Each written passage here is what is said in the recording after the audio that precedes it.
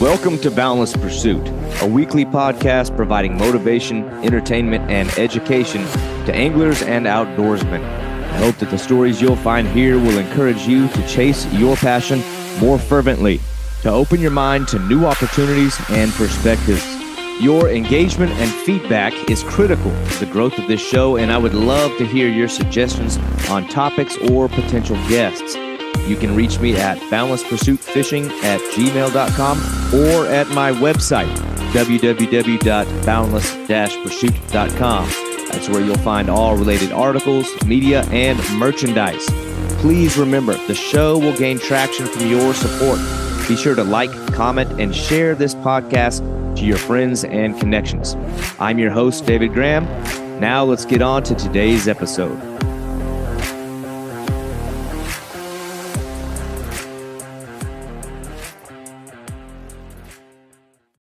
We've got an interesting topic today, a more modern topic with regards to fishing, and that is the topic of YouTube. YouTube fishing, YouTube fishermen, just documenting the experience of fishing using YouTube. And fishing YouTube channels have taken the fishing industry by storm. And while it may not be everybody's interest or specialty, it has become a part of our fishing culture. And like everything else, if it's used properly, it can be a great tool. And YouTube has brought untold numbers of young anglers into the sport because it's a great source of information, of education, and perhaps most importantly, entertainment. So say what you will about YouTube, documenting the experience via video affords people the opportunity to relive experiences, to showcase talents, information, tips, and techniques. And it gives us the ability to share those things with our friends, our family, or strangers from around the world. But sometimes, though, it's not easy to make an impact, and it's hard to grow a successful channel. Today's guest, though, found rapid success on YouTube with the Deadcrab fishing channel. In less than 12 months, Carl, the creator of the channel, amassed a following of nearly 200,000 subscribers. And by the time that you're hearing this, it could be much, much higher. Due in part to unplanned viral popularity and another part planned growth strategies, the Deadcrab fishing channel has seen rapid success. And because of that, I reached out to Deadcrab to pick his brains on some growth strategies that aspiring content creators might be able to use in the growth of their own channels to gain traction and to find quicker success. Very cool conversation, great insight into the world of documenting our fishing experiences with video and with YouTube. This is my buddy Carl of the Deadcrab fishing channel. I think that's what all podcasts do. You know, they just start recording and we just ease into it. I know we got a lot of the good stuff before I hit record, so we'll try to circle back and get into the real meat and potatoes of this thing. But all right, Carl, good to actually talk to you. This is going to be a fun one. This is one I'm really excited about because I feel like I'm going to be learning a lot today, and hopefully I'll ask the right questions. Anything that you feel like the audience would want to know about this particular topic, just divulge. But you run the Deadcrab YouTube channel, which has just like exploded. And I think I first saw you on some post from Rob Chapman. So shout out to Rob. He's like, I don't know, man, that guy should be in like social media, like talent acquisition, if there was such a thing. Right. Yeah. He's the guy. He's a guy who knows everybody. So he knows how to find it. And I got to get him on here too. But I was just about to say that. Yeah. I saw some post of his. I think he was hanging out with you. I'm like, who's this guy? Like I just went clicking. But what really took me by surprise was the rapid growth of your YouTube channel. And I'm like, that's interesting. Because there's a lot of people out there. Like that's the world we live in right now. It's something I'm interested in. It's something a lot of up-and-comers are interested in, is the growth of like a YouTube channel. It's an interesting topic, but you're kind of a guy that's like a proof of concept, like a proof of, you know, what can be done if you have certain strategies, maybe it's certain luck. I don't know. It's new to me. It's deeply fascinating to me, but there's a lot of people that are wanting to get into this. So I want to talk to you kind of about your YouTube channel before anything. Okay. So just kind of explain like what your YouTube channel is. I don't know, man, like just what you do. I don't know if you have like a niche or a certain thing you like doing, but just tell me about your YouTube channel. It's less than a year old, isn't it? Yeah, I think it's 9 months old as of now. So, to answer what I do on my YouTube channel, I mean, I'm still figuring it out. Yeah. I'm still finding my voice, so to speak. And I've, you know, I'd never made a YouTube video before I, started this one. So it was kind of just experiment and see what happens, and mixed with a lot of kind of research. And yeah. But basically, yeah, as of now, my YouTube channel has been pretty much just fishing videos like you'd see on any other YouTube fishing channel. It's just, a guy catching fish with a couple of GoPros going, or a GoPro strapped to my head or whatever. I think as I've kind of progressed, what I've realized is, I want to do something different. And the thing I've really found out that I want to do most is like tell a story. So I think moving forward, my next video I'm shooting is actually going to be kind of one of these new style videos that I'm doing actually coming up this weekend. So it's everything's shifting. Yeah. So like when you started the YouTube channel, was this just something like, oh man, I'm gonna take a couple of fun videos that my grandma can watch, they want to see what I'm doing, or is it like, I want to start a YouTube channel and like here's the big picture plan, or was it really just like, I mean, shit, this crazy stuff keeps happening to me while I'm fishing and I need to be filming this stuff. Like what was, I don't know, like what, I feel like some people have a motivation, like a specific goal in mind, and other people just, I don't know, hit the record button and whatever happens, come what may. Like what? Yeah, I think me, like probably most people, most people that fish, they catch these crazy fish and they're like, man, I wish the cameras were rolling, or I wish I had a GoPro going, or whatever. And I've had those thoughts for years. I think me and you are the same age. So I've, I think everyone's kind of thought that thing. But when it kind of came to fruit, it was last summer in Wisconsin, where I am now. And I come here every summer to work. So I kind of work like crazy, work a lot of overtime, and get out of here with enough money to go back to North Carolina and pretty much fish as long as possible, with some other trips, in between and stuff like that. So that's where the idea came. I was like, you know what, if I'm going to do a YouTube, I should just spend a little bit of money. I bought 2 GoPros and I bought a drone and I bought a new computer. It was a lot of money actually by my standards, or most people's standards, but it was the time to do it. So, and then right after that summer of working, I'm up here for 3 months, June till the end of August.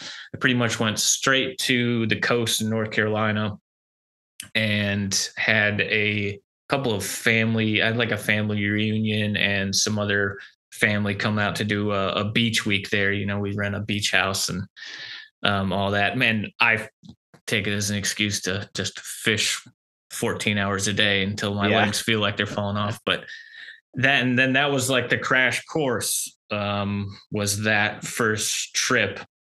And yeah, at that point, I didn't have a crazy plan other than I'm going to catch a shark and, I'm going to drop some baits for sharks and put these cameras on that I hardly even know how to use. Yeah. And I really didn't know how to use them. We'll get into more of that, but it kind of I filmed a bunch of stuff. Some of it was good. Some of it was really bad. Some of the times I didn't even hit record. And then I think about a month later, uploaded my first video on YouTube. And yeah, that's pretty much the origin story. Yeah. Well, okay. So how about the very name Deadcrab? Because where does that come from? Okay, is there a meaning behind the name, or you were just like, what's a good name? And you looked down and saw a carcass, dead crab. Right. Like, the name came, it's it's a pretty funny story, but a good story nonetheless. Actually, the year, I think 2 years before, so 2020, during the pandemic, me and my girlfriend decided, like I think a lot of people did, that we wanted to travel the country. We neither of our family is in North Carolina, which is where we live. So my family's up north in Wisconsin. Her family's in Texas. We just kind of wanted to have an adventure, and also, weren't about to get on a plane during all that madness. And so we actually got a small camper, like a teardrop size camper, and we like traveled the country for like almost a year. And it's funny because neither of us had social media when we did that. And it was like, I call it like the greatest fishing trip, like never recorded, because I got to go to all these cool places, and we went all the way up north. We went all the way down the southeast. We went all the way through Florida, which I'd never, I guess when I was real little, I went to Disney World, but I don't remember it at all. So it's kind of my first time in Florida. We drove all the way down to Key West, and then all through, the Southwest states. And we actually went into Baja, Mexico, and we drove the entire Baja Peninsula all the way down the Sea of Cortez side to Cabo, and all the way back, 2,500 miles of Mexican highway. And I was fishing along the way. I had rods with me, and I wasn't, I had my girlfriend with me as well. So it wasn't just a fishing trip, but I did plenty of awesome fishing and just didn't really document any of it. But sorry to ramble on that, but the dead crab thing, we were in Texas around Christmas time, and that's where her parents are from. And I was just I just got on YouTube, and I was like, I want to go fishing here, but I don't know anything about it. I don't know. I know there's alligator gar. We're kind of in the Austin area, but I know that it's not really a wintertime fish. I guess you can catch them, but it's surely not like springtime when everyone's just going nuts on them. So I found a YouTube channel that was these guys catching these monster black drum in the like kind of Port Aransas area. Okay. And it's all these Mexican guys, and they were all on this pier. And they had like a whole culture down there. It was amazing. They're all using these Avit reels, these $600 reels, custom wrap rods, and like they would all be like color coordinated. So like they'd have the purple reel, and then they'd have like a custom rod with like, matching purple, but also like an orange accent. And then like the braid they were using was the color of this accent and everything. And they're just catching these monster, big uglies, they call them. Yeah. So I was like, well, I know where this pier is. It's about 3.5 hours away. I'm just going to drive down there. So I drove down, walked on the pier, and walked through the pier house. Pay a little fee to fish on the pier. And they said they got a tournament going on, and do I want to enter? And I was like, I have no idea what I'm doing. I don't want to enter a tournament. They're like, it's only $10. If you win this. I think it was like a pen, rod, and reel combo or something. So I said, all right. And honestly, I'd never caught a black drum other than something maybe this big in the surf that still had its stripes on it. And I was probably way younger in North Carolina. I know we used to catch them and think they were sheep's head. And, but so I walk onto this pier, and they got this little tournament going on. I'm the only gringo on the pier. So I'm getting like a little weird looks, like, who the hell is this guy? Again, they all got their Avit combos, just beautiful rods and reels. I got like a Penn Pursuit, like a $40 reel on like a surf rod, because that's what I had with me. And I just saw what they were doing. I knew that crab was good bait, so I had brought some crabs with me. I bought them at the Asian grocery store in Austin. They're actually so cheap. I think it was like $5 for a dozen. So I had this bag of blue crabs live. And I guess sometimes it's really hard for them to find them down there. So they were all using mantis shrimp like sea lice, they call them. I Yeah. guess that's the same thing.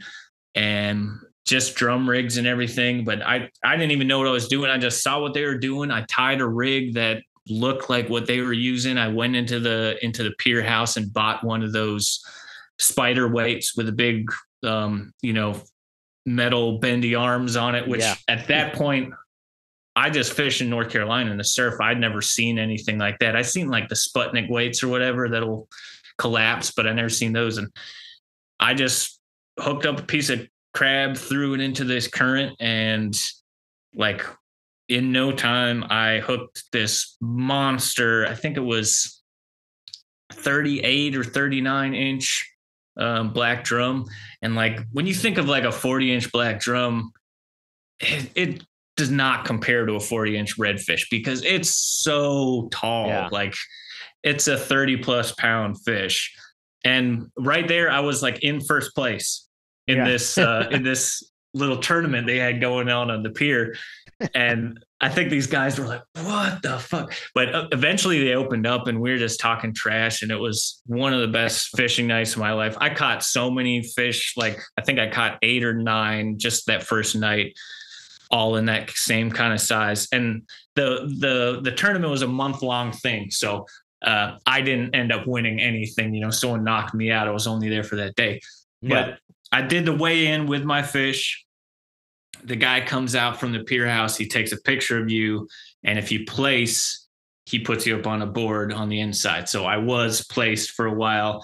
And he just hollered back at me. He's like, what did you use for bait? And I was like, blue crab. So after that awesome night of fishing, casting all those awesome big uglies, I call them, I went back into the pier house and like, there's this picture of me holding this incredible fish, at least for my standards. And it says Carl, and then it says dead crab on the bottom. And I was like, I got to have this picture, Yeah. I think he made me pay him $1 to take the picture, but I still have it. And then Amazing. for some reason, that was the name I went with when I was trying to think things up. I was like, I don't know, this kind of sounds cool. Yeah. No, it's cool. I mean, it's like, it's weird. It's almost like it's nice when the names are like short enough that it almost sounds like a brand. Yeah, like the crab, like logo. It's very like recognizable. You know what I mean? So I was thinking about some stuff like that as well. Like I didn't want it to just be something. I didn't want it to just be my name or, I don't know, something fishing or I thought that was, I don't know, sounded cool at the time. I guess it is. I guess it worked. It works. You can make it work. You know what I mean? Yeah.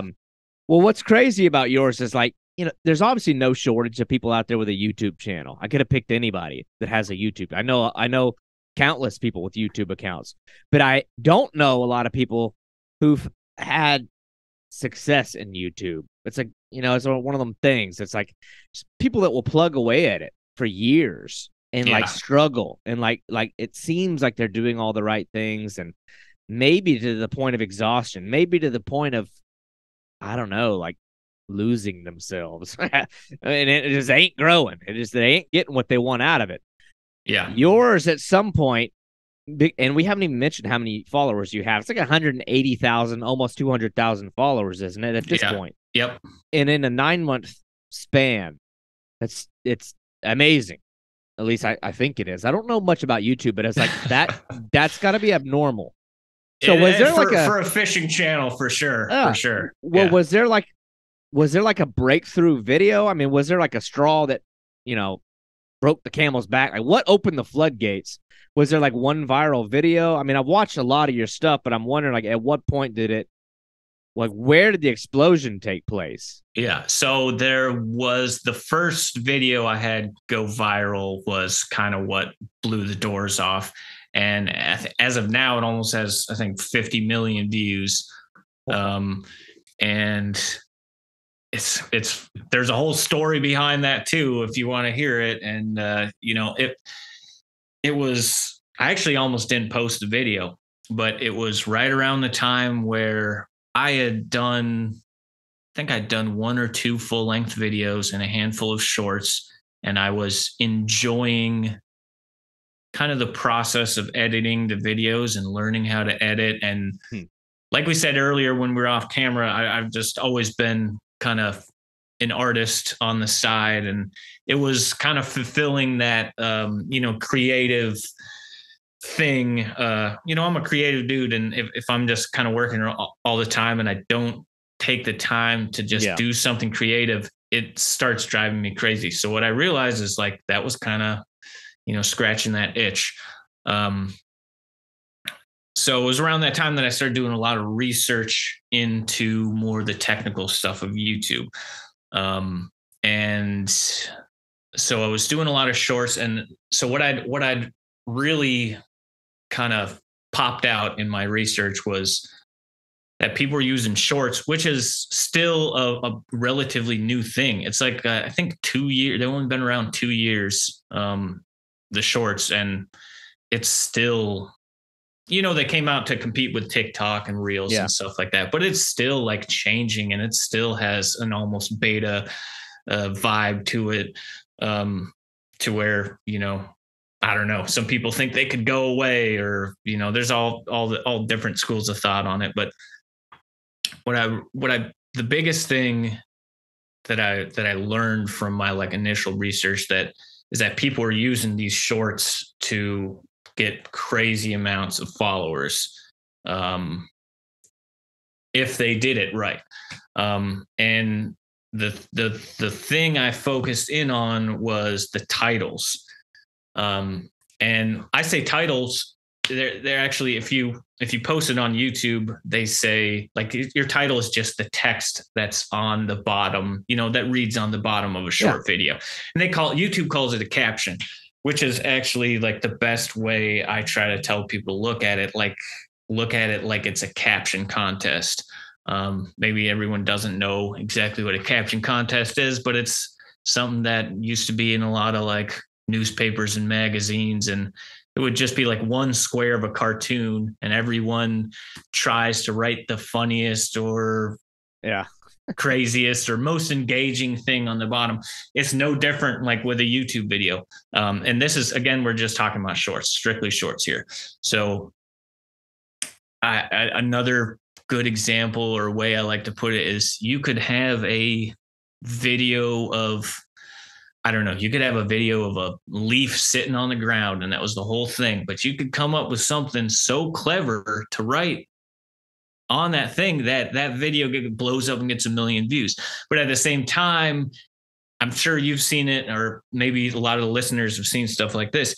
You guys have channels and they have amazing stuff, especially in the outdoor world, like something they captured, like a shark breaching the top of the water and grabbing a pelican or something like that. Yeah. And it's got a couple thousand, and it's really literally that caption or title can just make or break a video. So I started experimenting with that hard, and I was seeing a lot of success.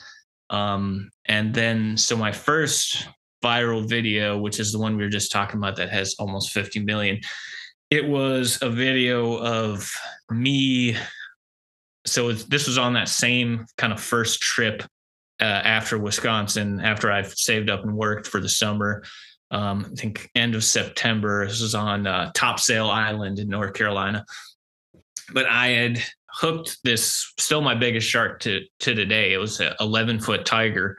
And I had hooked it on my first shark reel, which I've learned on, but I'm no longer using because I've learned my lesson. I didn't kill a shark or anything like that, but it was a Penn Squall 2-speed 50 wide. And I think it puts out 45 pounds of drag at full. Yeah. And this thing was maxed out and it was not stopping this shark, at all. I was just basically harnessed in, just holding this thing, and he was going to go. And I was like, I was so worried. I was like, man, I cheaped out on this reel. It's going to spool me. This line, the hollow core braid on there, it cost me $600. You know what I mean? Yeah. However many thousand yards of line on there. And then, or also, I'm not going to be able to get this fish in. I'm going to wear it out. You don't want to kill a fish or a big shark at all. So I had basically everyone on the beach helping me. I had 6 people helping me kind of, and so the fight was prolonged as well. The fight was an hour and 10 minutes. I'm not a huge guy at all. I'm a skinny guy, but I have when it comes to like fighting a fish, like many people, I don't know, I just like my spirit just locks in and I'll die. We'll both die. We'll both fight ourselves to death. Yeah. But anyways, yeah, I basically couldn't stop this fish. I had my girlfriend run out in my truck, get some deerskin gloves. I had them on. I was clamping the line to try to just add drag as it was coming off the reel, and after a while, my legs were giving out. So I had, some of my girlfriend's family, it was a family reunion for her side of the family. They were out there. I had people hoisting me back up when I would go down to these big bends, and like a guy in front pushing back on the reel and all this stuff. And I thought at the time I was making the coolest, most amazing YouTube video ever. Yeah. I had a GoPro, like a brand new GoPro 10 at the time, was the latest one. I had one on my head. I had one in a surf spike on a little handheld that whoever there could record with. We had a drone up in the air, all this stuff. And by the time this, the shark comes in and I release it and everything, fish of a lifetime, still my biggest fish. I like look back at the footage. The GoPro on my head is just pointing down. Yeah. All you see is the reel, and it's just the reel and me like breathing heavily and grunting and cursing for like an hour. Yeah. And then the other camera, like whoever had it was never pointed at the right thing. It wasn't recorded when the shark came in. There was no footage. And then the drone that was up the whole time, I thought we had footage of the shark coming in. We had footage of the release. The drone followed it back out and then didn't hit record on the drone either. So nothing there. So basically, man. And it killed me. It frustrated me so much just looking back at that footage. Cause like I said, I was like, I just made the coolest shark video ever.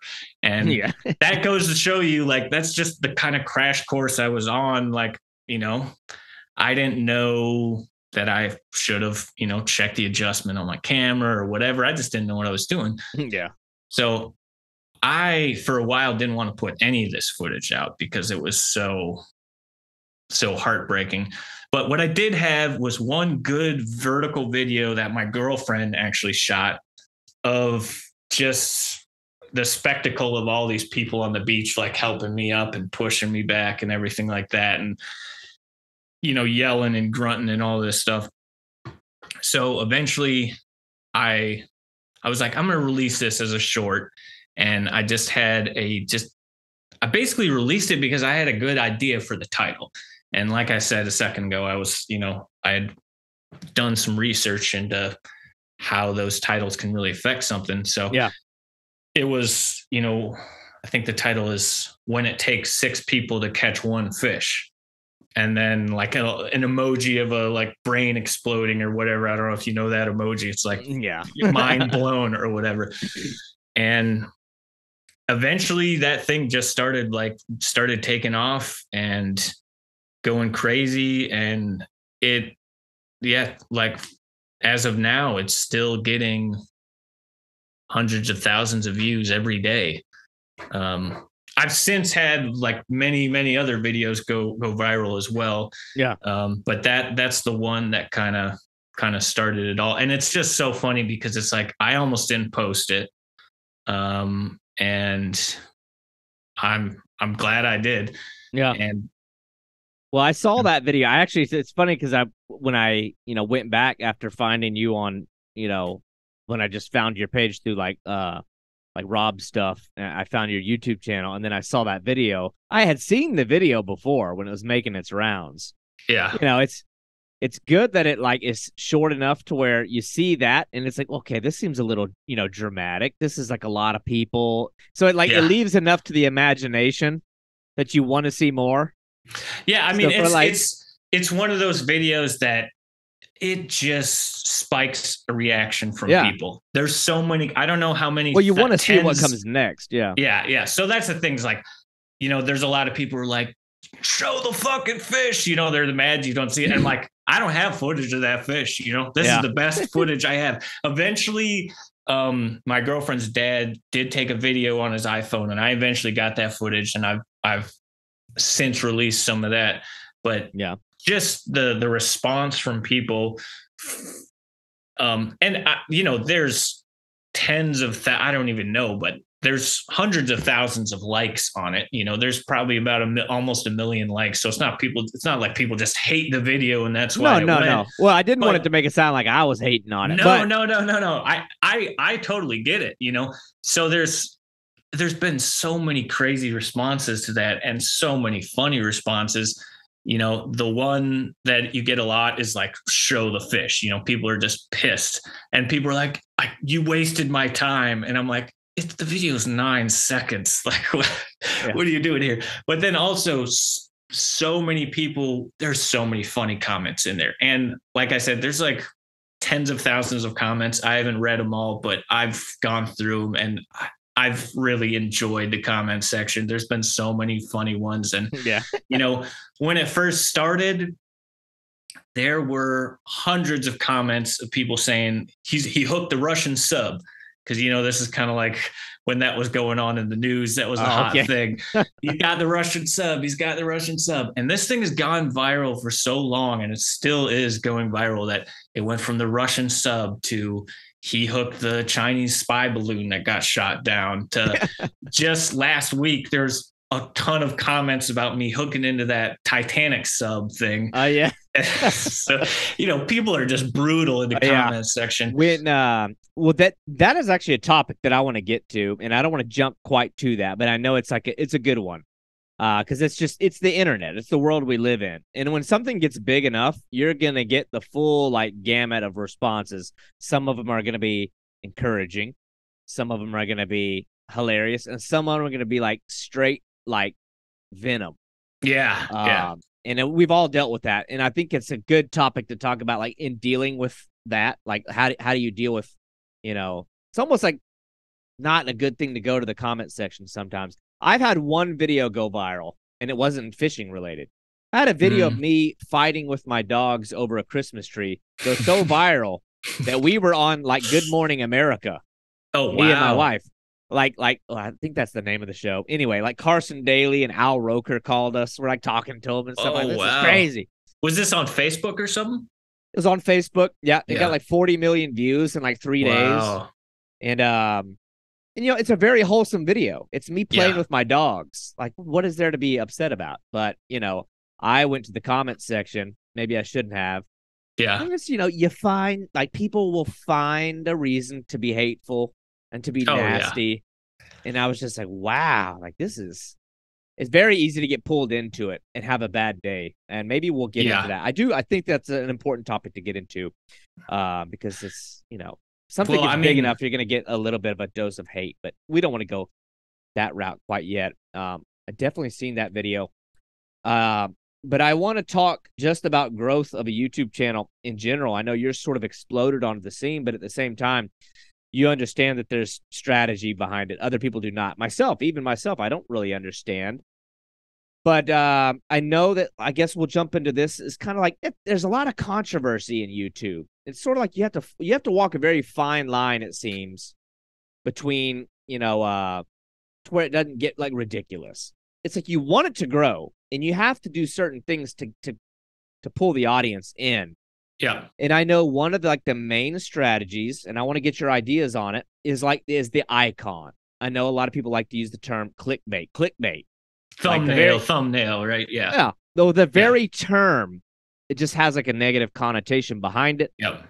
But it's almost you're making your 2-second, millisecond sales pitch to somebody as they're scrolling to capture their attention. So just give me your, I guess, I don't know, what is your opinion on the value of creating, what is the importance of creating the thumbnail? What elements does it need to have to garner somebody's attention without being misleading? I think that's Gotcha. the key thing. It's going to be hard for me to just say like what should be in the thumbnail. Yeah. Um, I can maybe make some generalizations, but I think more importantly, I just want to stress like the importance of the thumbnail. And there's like this whole list of things that I don't know if we were talking about this on or off camera, but you're saying some people do, they work on YouTube channels for decades and they never really get, Mhm. the traction they're hoping for.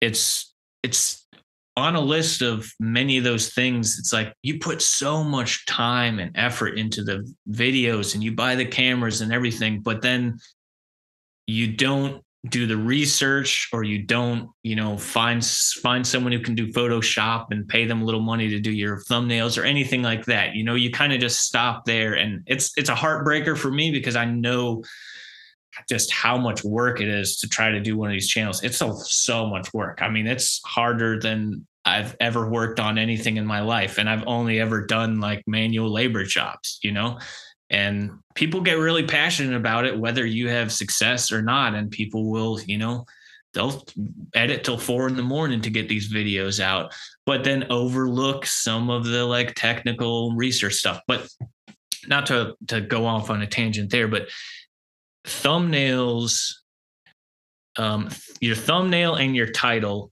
go hand in hand, and they are basically that's your first kind of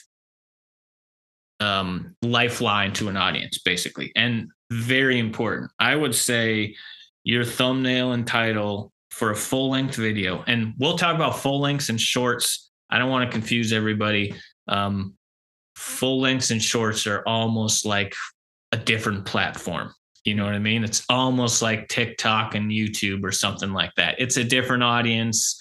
They're and completely different strategies. But so the thumbnails for, like I just said, the thumbnails for the full length videos, super important. It's really half of the battle.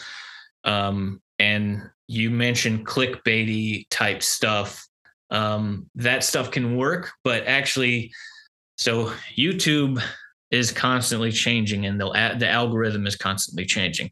So it used to be, and I think this last change came only about 5 or so years ago.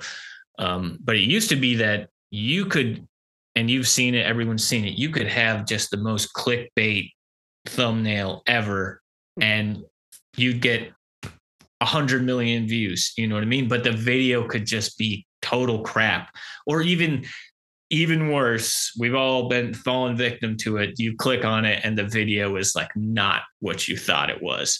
Or it's like, whatever UFO stuff or like crazy sea creatures found, and you just click on it and it's just some total, crap. Who knows what it is?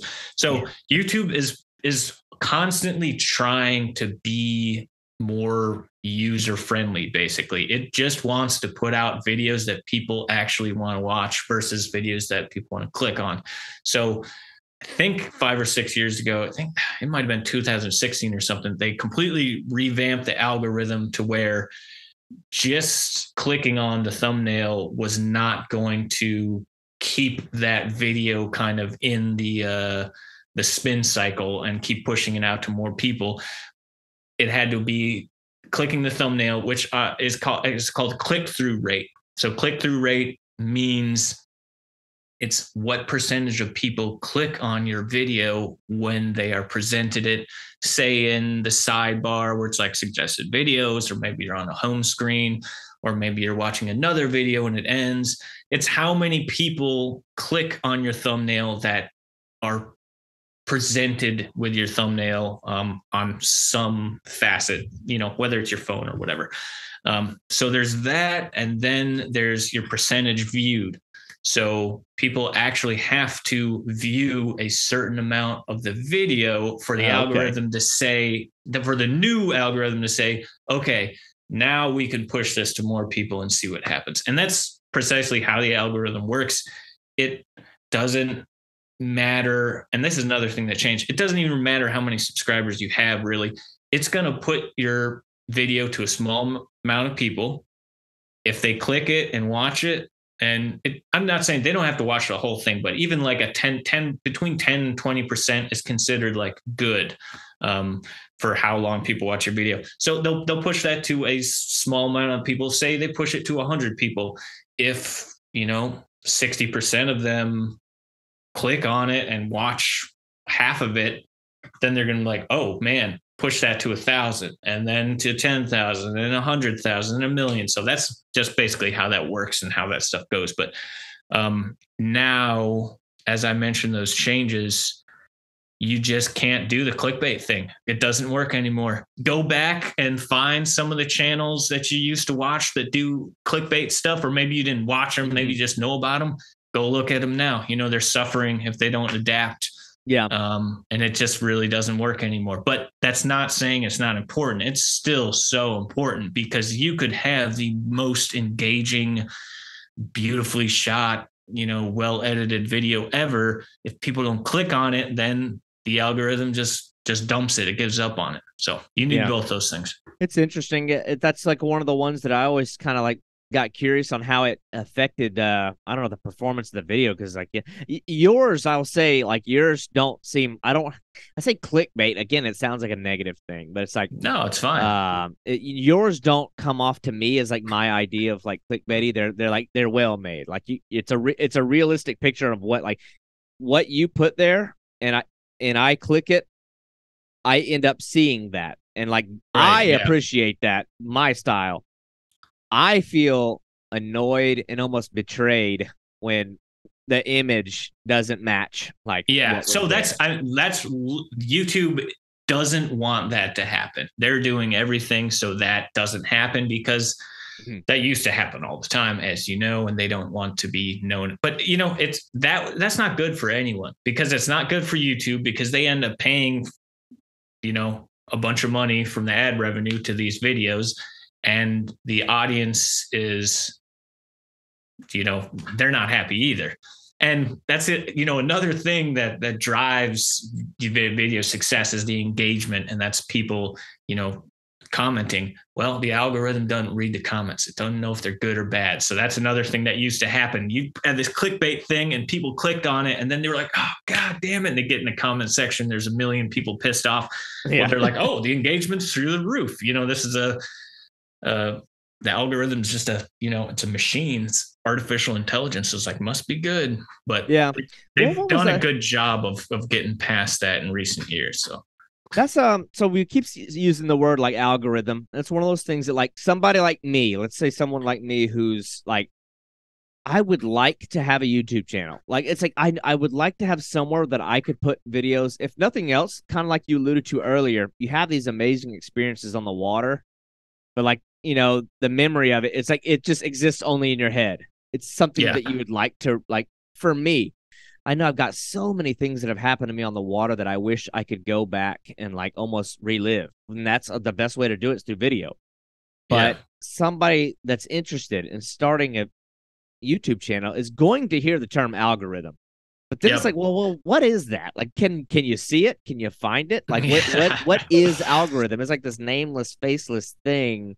How do you know? You kept saying the algorithm has changed. Is this like something that can be read about? I mean, how do you know when changes are implemented? Or is it just like you see a sudden change in the metrics and something changed? Like, how do you adapt with it?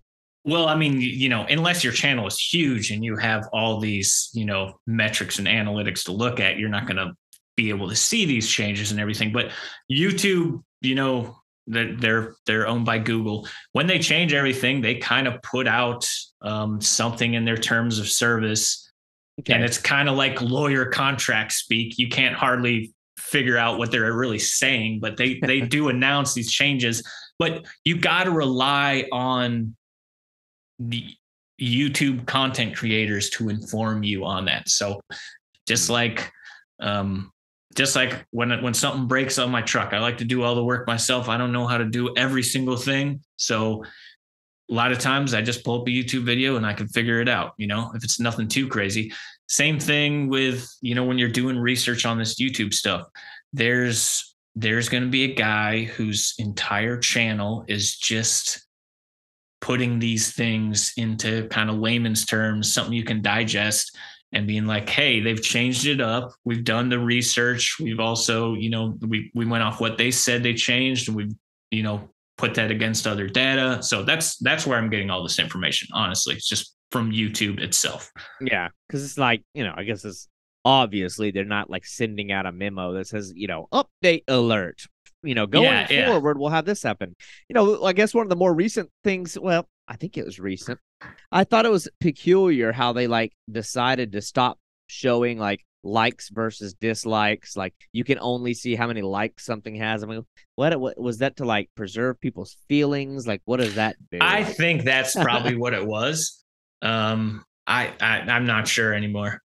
You can still see it in your analytics as a percentage, but you can no longer see how many dislikes you get. So I think that was probably just like probably a good call, because we kind of glazed over it, but we were talking about like reading the comments and negative stuff. And, there's definitely a mental health aspect of these social media things where you can get caught up in it and it can really mess you up. So I'm sure it had something to do with that. Yeah. Which is, I don't know, maybe I'm giving YouTube too much credit and goodwill there. Maybe it's probably all just to make money, but you're probably, yeah. I'm sure it's somewhere in between.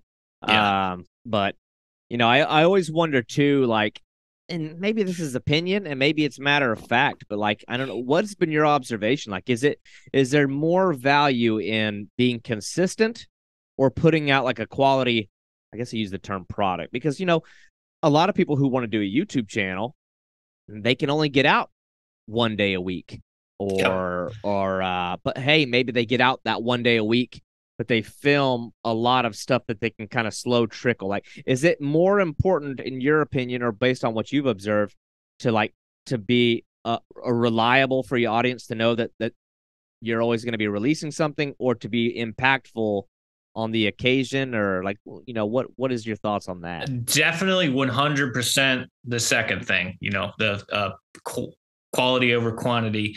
And that's another one where there's kind of this old school thought of YouTubers that have been around for say 10 years ago. It was all about consistency. Everybody's like, you got to get that video every week. And I think, like I said, YouTube is always changing. It's always changing. And what worked for someone one year could just completely stop working the next. But I think that's definitely, a big part of it is just putting out a really good product that someone's going to click on and watch, versus just saying, I got to get out my video every week. I got to get out my video every week. And I think on so many levels, that's just bad. And I'm not just saying this because I did the research and that's what the smart guys are telling me or whatever. I have done that myself. And when I was, first starting out, that's what I thought. And everything still exists on YouTube. So there's a guy giving advice 10 years ago that you could watch his video and you could follow and he could lead you astray. So that a lot of people are saying this consistency thing. And everything suffered when I was doing that. And especially like, we were just saying like the mental health thing. I'm not saying I was losing my mind, but I was just stressing. I was staying up late editing. I was putting so much energy into it that like the creative part of it started suffering. And when you're a content creator as well. When there's not, you can see right through that. Even though we're looking at a screen, you can see right through that. When someone the joy and the passion isn't there, you just tell right away. So yeah, there's an element of that too. But if we're just talking the technical side, put out the best video you possibly can. Also, don't, you also have to put yourself out there though. Same thing.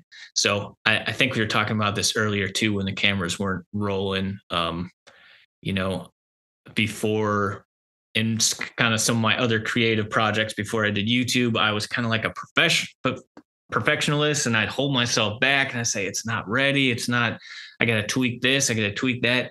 And you end up never putting it out. And so many bad things happen when that happens, but you just don't learn. You don't put something out there. You don't fail in front of, thousands of eyes, which if you want to just jumpstart on learning something, do that. You know what I mean? Yeah. Put out the less than perfect project. So it's a balance between that. Don't feel like you need to post on a schedule to where it's going to affect how good the content is, and also just going to affect you, stress wise. Yeah, that's good stuff.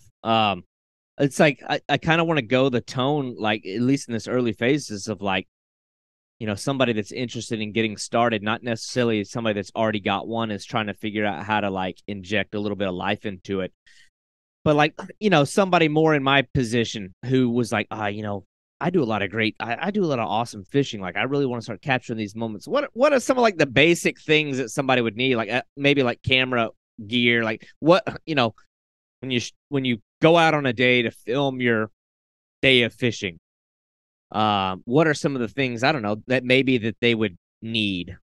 I'd say to start, just get one single GoPro and get like a head mount or a chest mount. I prefer the head mount because the footage is just cleaner. The chest mount is difficult for fishing because you have this going on in front of it. But man, the head mount, it starts hurting after about an hour wearing it. And a guy like me, I'm crazy. I'm a fisherman and I'm trying to do these videos. So I just keep that thing on my head for 12 hours and feel like I'm dying. But yeah. I would just start out with a single GoPro. They've been good for a while. You can get one of the older ones, a couple $100. And I don't know if you're familiar, but with someone like Ty Pig Patrol, I don't know if you ever heard of him. He's one of my favorites of all time. And he's a big inspiration to me to do my channel, but I've been watching him for years. And I remember actually when he announced, he's like, I'm going full time, I'm making enough money off this. But to this day, his videos are shot on one GoPro that's on his hat. He doesn't do drone shots. He doesn't have a camera 2. He doesn't inject B-roll. It's just straight up fishing. And now that doesn't mean that's going to work for you. And that's actually, that's hard to do. He just happens to be just like the greatest of all time with a fishing rod and one GoPro. But I'd say do that, get the one GoPro, don't spend a ton of money on it. Download something like DaVinci Resolve, which is an editing software program that you can get for free, but it's a professional grade software. People of many Hollywood Marvel movies have been edited on that, not the free version, but and just see if you like it is what I'd say. I think that's maybe another downfall of me in some of my past things, which ended up working this time. But a lot of times be like, I gotta get the best stuff, and I can't do this until I have the right gear, which we as fishermen know that's never the right. It's like the poor carpenter blames his tools or whatever. You just gotta use what you got and get out there. And you know what? You might get out there and you might be like, this sucks. I was having a lot more fun fishing without the cameras going, because I'll tell you this, it is a lot more fun fishing without a camera on your head, without worrying about, did I get the shot, without worrying about this. So it has to be, you have to have some passion for the whole process. So if you start learning editing, you're like, this is really fun. This is a creative outlet for me. And you like post something and people engage with it and you're like, oh, people are getting something out of this. Then yeah, that's worth it. But almost all the fishing YouTubers that I follow, and sometimes a lot of these guys have Instagram, so you can see a little more behind the scenes on that. Their days off, they go fishing without the cameras. Yeah. So There's something to be said about that too. Yeah, that's an interesting one. I think that's where I've always I realized pretty quickly there's a lot of like self-discipline involved in it, because that's what I ran into, the same thing. I would leave the house with this like vision in mind when I was still, dabbling with video making. I'm like, this is what I want to capture today on video. And then you get out there and you realize that you're being inconvenienced by having to like, dilly dally with this thing, make sure you're capturing moments. And it's like very quickly I'd lose the discipline to stay focused on capturing and videoing the moment that the camera went to the wayside, or something crazy would happen, but I didn't get it on video. So then I don't have the hook set. I only have like, me reeling the fish in. Then I realized, well, I can't do much with this. And it was like a big waste of time. So it's like, it's interesting though, because, I guess maybe we're the same age. I didn't realize. I'm 36. I don't know how old you are. I'm 36. Yep. Okay. So it's like, I feel like we're sort of from that era, the end of that era, the tail end of it, where it's like, my idea of fishing video is like what I watched on TV, like television. Yeah. So it's like you're used to like that kind of programming, but it's, it's like, I don't know. I see a lot of value in B-roll footage, in like this amazing visual experience. Oh yeah. But I also know that's not super relatable. I don't know. It's like you almost want to feel like, okay, that's awesome, that's professionally done, but I could never do that. Right. So I like, to your point, like a guy's like Ty Pig Patrol. It's like he does it in a way that's very boots on the ground, and like it's simple, and he's doing awesome stuff, but he's doing it in a simple enough way to where somebody that's like an upstart feels like they can go do that. So yeah, I think it just feels so relatable to the point of like, it's POV fishing, so you really feel like you're there. Yeah. So maybe that's some of the big draw. I think a lot of it is he just has like a great personality that people like, and he's not this in your face talking to the camera. He just seems like kind of like he has that everyman kind of quality to him. So yeah, I mean, and it doesn't mean you can't get creative. You could get some B-roll with your GoPro or whatever. I think if you just want to try it, I would try it and go from there. Yeah. That's the thing, is like I feel like I'm sort of asking questions that like require a matter of fact answer, but that's not how it works. It's like everybody. No, they're great questions. Great questions. Yeah, because I'm sort of ignorant to it, because I kind of wonder, like, I'll watch a YouTube video, and what I like to see is obviously going to be different than what a 12-year-old kid likes to see. But I'll be honest, like when I watch the ones where they're looking in the camera and it's very clearly a fabricated personality and they're extremely animated, like, what's going on? Yada, yada, yada. I'm like, like, are you like that when the camera's not on? I struggle with it. I can't do it. So I would just, again, this is all opinion based, but like, I wonder, somebody who wants to get in front of a camera may feel compelled or pressured, to mimic what they've seen. Right. Do you think it's more important to follow, I don't know, a blueprint that somebody's done, that like some of these more recognized guys that, that have those mannerisms? Or is it more important to, like, I don't know, be organic or be authentic or be yourself, or like, my opinion is more important to be yourself, but also you should definitely keep an eye on kind of like the technical stuff of what other people are doing.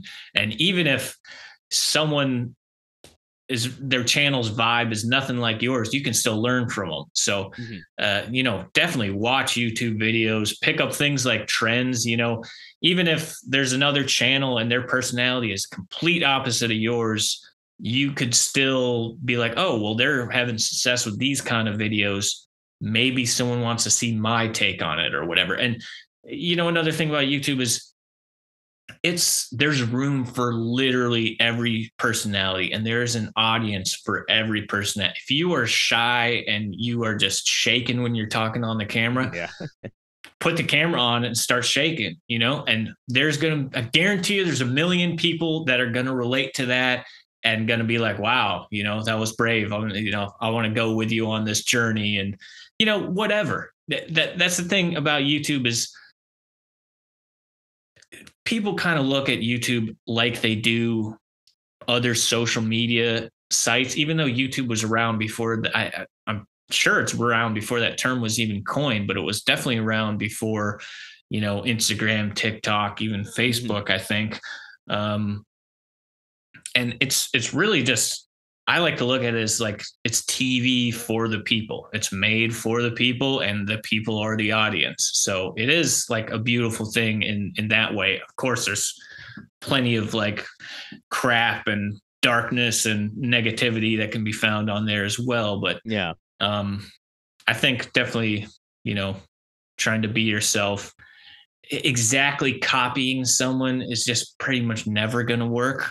Right. But doing the opposite of that, you're not doing yourself any favors. You've got to not copy, but you've got to take inspiration from other people. You got to kind of borrow and grab and be on the search. Yeah. Well, sometimes I think, and I guess this is a good word of advice for people too, because this, like, again, we keep talking about things we talked about before we started recording, and I had alluded to my personal difficulty and being alone with a camera, looking into the camera and like talking. Yep. I struggled with it because I don't know. It's weird. It's like you get these strange. You get these strange jitters, these nerves, and it's a very big turnoff. I think it's very easy to like turn tail and run, be like, nope, this isn't for me. Like, yeah, I ain't doing this. But what I did realize is it's like anything else where like repetitions, exactly, are key and critical. So granted, I don't have a YouTube video. I mean, I do this podcast thing, and what I have noticed is that over time, the more you just do it, and you like let your guard down, I'm like, I just need to get in front of this thing and just talk like I'm talking to like one of my buddies. Yeah. It's pretty comfortable, but I don't know. I'm the same way. To this day, I don't like talking to the camera. I am not that style of channel at all, and it's really difficult for me. I'm uncomfortable just now, and I've had success on YouTube, but I haven't even been doing it for a year, so I kind of just have this, kind of unique thing that happened to me, and a lot of information to share. But yeah, as far as that stuff goes, I mean, just do it and put it out there. And if you put the worst, most awkward thing, like you were saying, you'd like listen back and listen to yourself, and you're like, I sound like an idiot. What was I saying? Like, we're those kinds of guys where we're always our own harshest critic. So put the thing out there, watch it. It's going to be the most cringy thing ever. But you know what? You just set the bar, and you cannot go any lower than that. So that's a good perspective there. I like anything past that is a huge success. So yeah.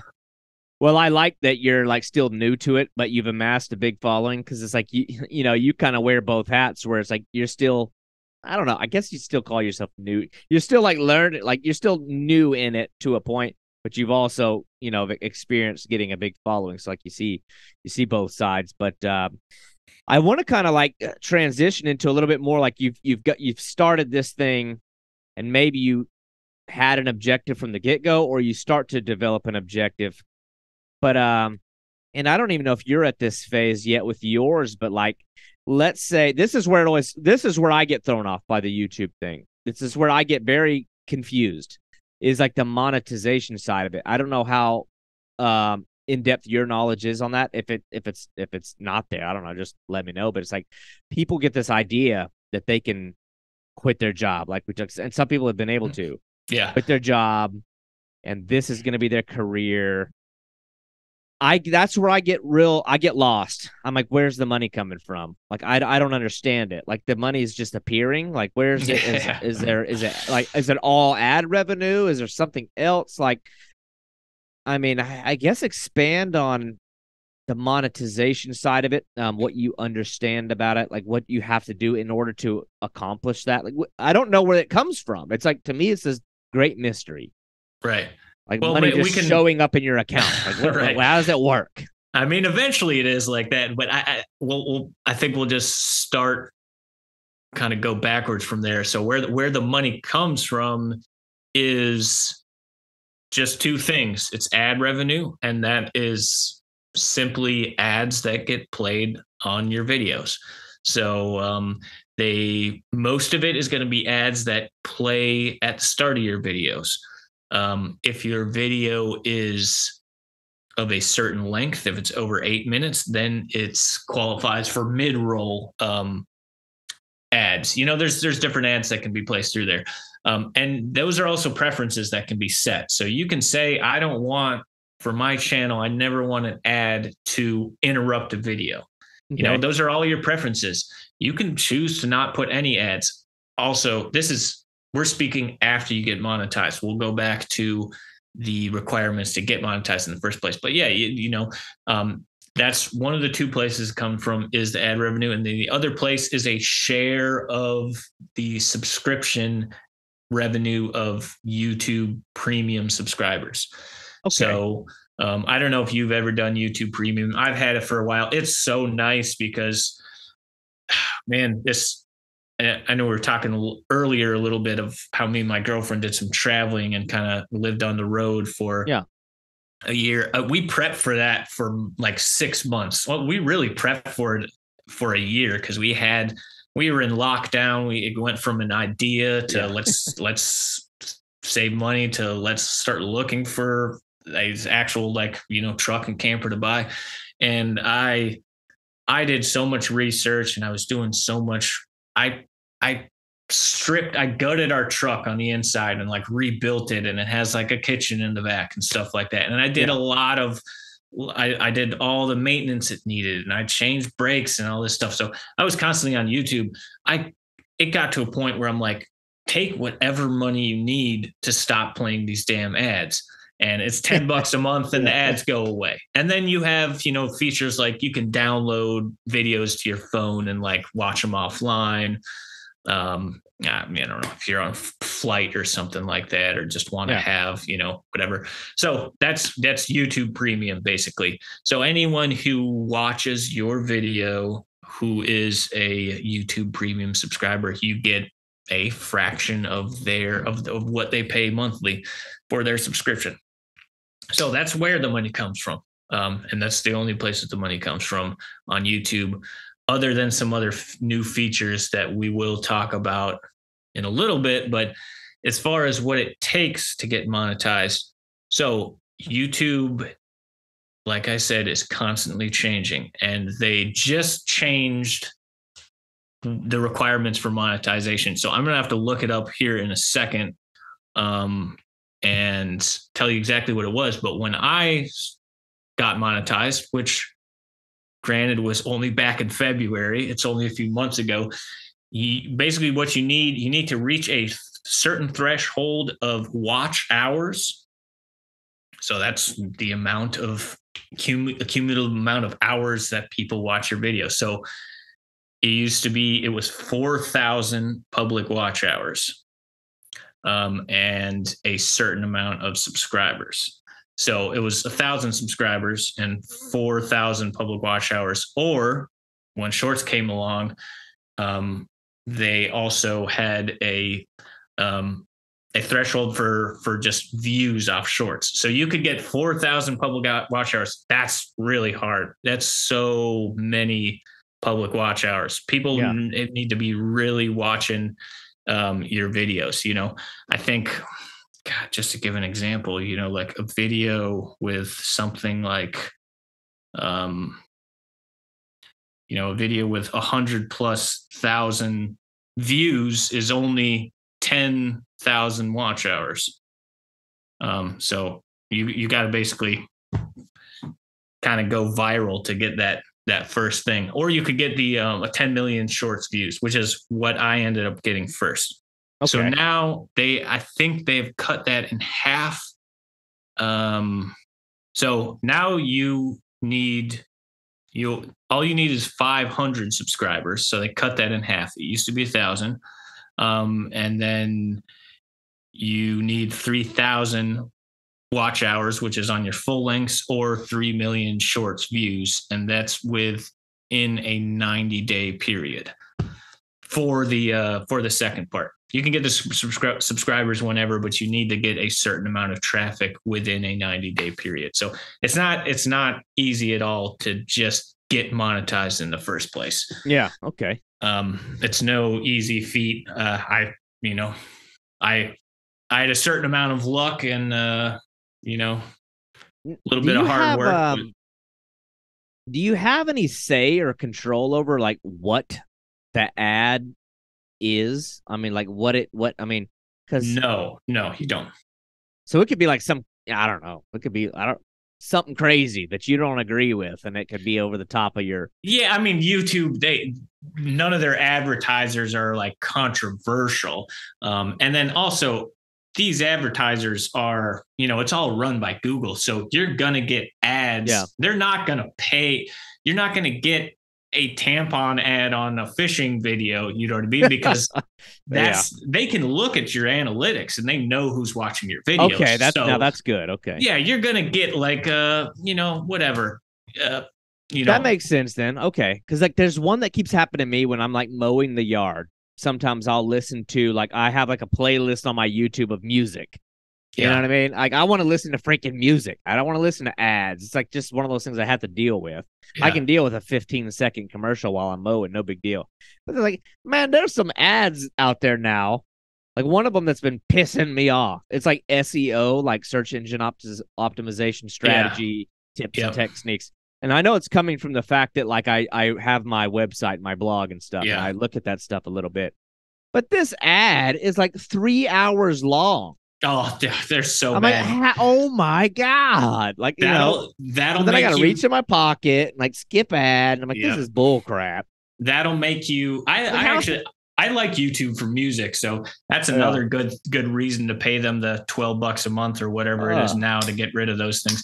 But you as a viewer, you can choose what type of ads you don't want to see. So if you ever get an ad, you can click the little report thing and you can say, okay, I don't want to see this ad again. Or even you can be like, I find this ad offensive. And it's interesting because on the flip side of that, like if I'm the person who has the content and somebody's slapping this bull crap in front of my videos, it could be a turnoff. It could be like, man, this guy's, people don't know any better. Me, I don't know any better. I could be like, I'm never watching this channel again because they got too many commercials, even though it's beyond their control. Exactly. So, I mean, that is all you can do is you can just say you don't want ads at all, or you can say, I don't want the ad in the beginning of my video, or I don't want the ads to play halfway through. But man, if anyone wants my advice, click all those ads, get all those ads, because you want to, you know what I mean? Yeah. You want to get that money and, continue funding your passion. So I let all those ads roll. I don't know exactly what they are. I don't watch my own videos too much, but hopefully they're not too bad. You got the director's cut in here. So you can always skip them. They're all skippable ads. So, well, we kept mentioning and like being like, oh, we'll come back to this later, and then haven't yet. The difference between shorts and regular videos. To me, the only difference I know is one of them is shorter than the other. But as far as like the intricacies of, I don't know, driving, people to your channel, or what has more potential to go viral than the other, or what might drive growth better, or how to use one tool versus the other, that I don't understand. Don't know the difference. I would think that the same strategies apply to both, but apparently there's a difference. What is? Yeah, they really just don't. Almost, like I said earlier, almost think of them as almost like different platforms. I mean, for one, shorts are presented to viewers in a feed. You just swipe through. It's just like watching Instagram Reels when you're scrolling Instagram, or if you use TikTok, it's the same way. They come through in a feed. In a feed. So almost 100% of the views of your shorts will be coming from a feed versus like a suggested video or something off a home screen. So what that means is thumbnails for shorts are, almost irrelevant because no one's seeing the thumbnail and clicking on it. It's just presented to them. So that's why when you wrap your head around that, that's why that title is so important, because that's people's attention spans are so short. And, unless depending on what kind of content you have, you might just have something amazing and people are going to watch it, and that doesn't even matter. But for most people, you really want to use that title or caption, as they call it, to hook people in, because that's kind of like, I see it as the hook of the video. It's the first place my eyes go. Like I said, unless the start of the video is just like a, bomb going off or something like that, which is usually not the start of a video. It's a payoff of a video. So I think of the title as like the hook. And then after that, if that gets your viewers locked in, and it's so crazy nowadays, we're talking about locking people into watching a video that's 60 seconds max, but that locks people in. And then if the content's good too, then you not only have, not only does the algorithm see that, oh, someone chose to watch this whole video, sometimes they'll watch it again because it loops until you scroll it away. Yeah. And then the other big thing for shorts is like if people engage with it. So if you like it, if you comment on it, if you copy the link and text it to someone, you can see all this stuff in your analytics. You can see people are sending stuff internationally through WhatsApp. You can see all the different countries that are watching this stuff. Yeah. So shorts, I mean, they are their own thing in so many different ways. Definitely in the way that people, are presented them through YouTube, and the way kind of people engage with them. And I would definitely say that would be your easiest way to go viral is with a short. And there's some technical stuff to that, but it's also like, what do you think's easier to make? A 60-second max clip that people will watch, or a 5 to 10 to 20-minute video in this age we live in now with attention span? It's so hard, man. It's so hard. And you almost need that like TV show caliber pacing with just like cuts and B-roll and all this stuff to just like make people re-engage with the video. Because the other thing you got to think is like, if 10 people are watching your video, that's already a miracle, because they can pull up whatever they want. Everything in the world exists on YouTube. Yeah. Anything they want to watch at that very second, they could be watching instead of your stuff. So, and then the other thing that makes shorts different is also, when you get to that monetization threshold, they don't pay nearly as much as the full length views pay. Okay. So, your ad, whereas you might be making something like, and this is another thing that affects how much you get paid, is where your views are coming from. If they're coming from places like the US, Canada, advertisers pay more per click, or per 1,000 views is really how they pay it. For views coming from ad clicks coming from those countries, as they do like third world countries. Yeah. So if all your views are coming from India, you are making a very small fraction of what you would be making if all your views are coming from the US. So, you could be making $5 every 1,000 views on a full length, but you might only make a couple cents per 1,000 views. So, you're making like a couple $100 on like a multi-million view short, Yeah. Versus a multi-million view full length. I mean, you could make $50,000 on, Well, that's cool. Which I have not gotten to that level. It's a goal, but it's, just for sake of the conversation, is very different on that front as well. No, that's interesting stuff. That's cool. It's almost like they operate as a 1-2 punch anyway. I guess if you have a real impactful, like sudden attention grabber shorts video, it's going to drive people towards your bigger stuff anyway. I don't know. It's like you're throwing the hook out there, and then you're landing them bigger fish, bigger money with the bigger stuff. But it's very interesting how all that works together. I always think about that kind of thing, even by nature, like the work that I do. It's like I have to read analytics and stuff of a manufacturing operation and like yields and line efficiencies and like little tweaks that we make engineering wise, how it affects downstream stuff. So it's like you can do the same stuff with a YouTube video. And I know I have similar things with the dashboard that I use on my website. It's fun to look at. It's fun to see how you see the analytics and you see all the different countries and I like that kind of stuff. It's easy to get pulled into, and I don't know. It's like, and I'm sure some people just make stuff for the fun of it and throw it out there, and whatever happens, happens. Other people might be a total flip side where they obsess over the analytics, maybe to a where it becomes a dark thing. I don't know. Like, we've talked about mental health a few times, and now I'm no psychiatrist, but like anything else, YouTube's one of those things that's like, it can be such a great tool. It's so great. Like you talked about earlier, pulling up a YouTube to look at, like, I don't know, it can help you. It can help you save a lot of money if you have a broken down vehicle. Yeah. As long as you're not, being stupid with it. But it's like, it's such a lot, because there's a tutorial for everything on YouTube. Yeah. It's fantastic. On the flip side, it's almost like there's some bad things, like anything else. There's some, there's a cause and effect behind everything. And I want to kind of go down that road a little bit, because obviously, there's always going to be the grumpy folks that are going to sit back and be, that damn YouTube has done, I don't know, it's spot burning, has allowed spot burning or whatever. Obviously, when you get to a point where you've amassed a bit, like yourself, you've amassed a big following, it's almost like you have this social responsibility to do certain things or I don't know, be responsible.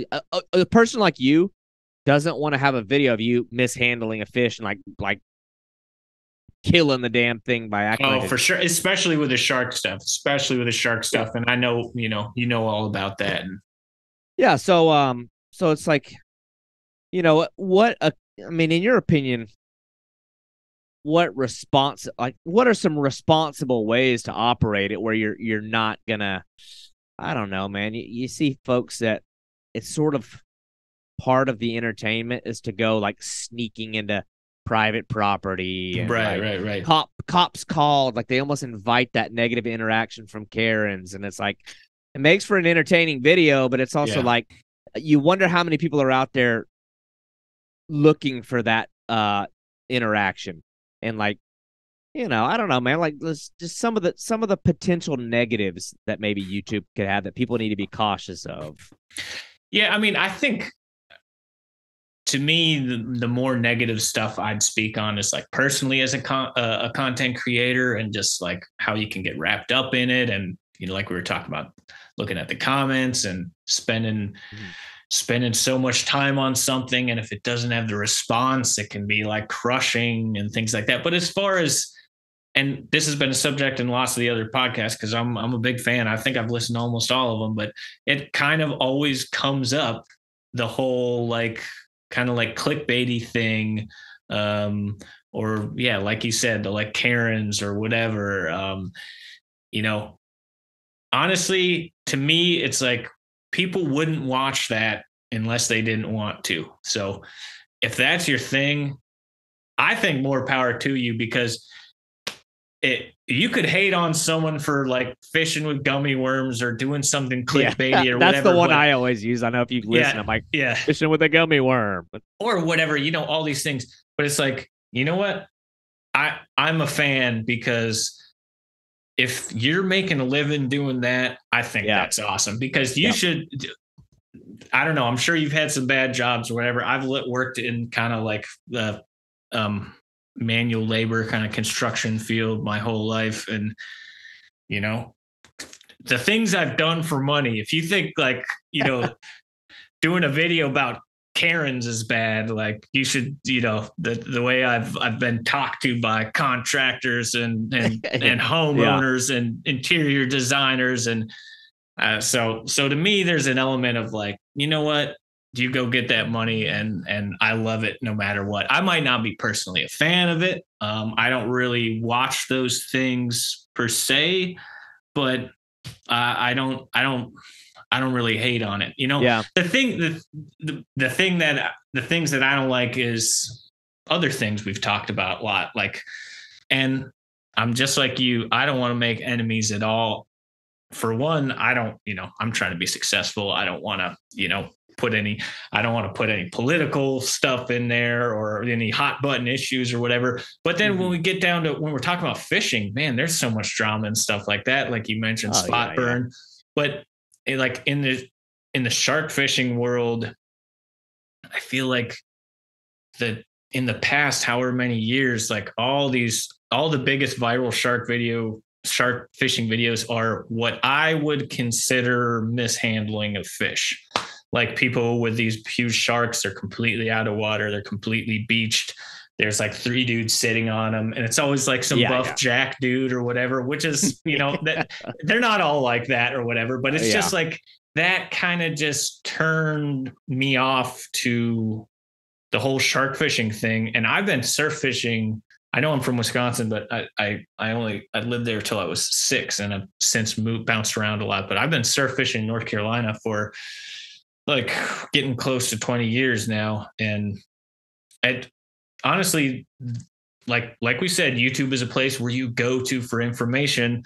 When I was thinking about shark fishing, getting some gear, I would go to YouTube and I would see those things and it would really turn me off. So now we have some kind of like the new school guys, or maybe just, guys that are getting the spotlight on them that are more about conservation or handling the fish, right? Yeah. Like Blake Avery Brown. I think that's like my favorite podcast of yours so far, because that was a fun one. Yeah. I'm into the shark fishing, and he's just like, so no bullshit. And so just genuine. And like, it was very educational for me, but, I think there's a responsibility there for me personally.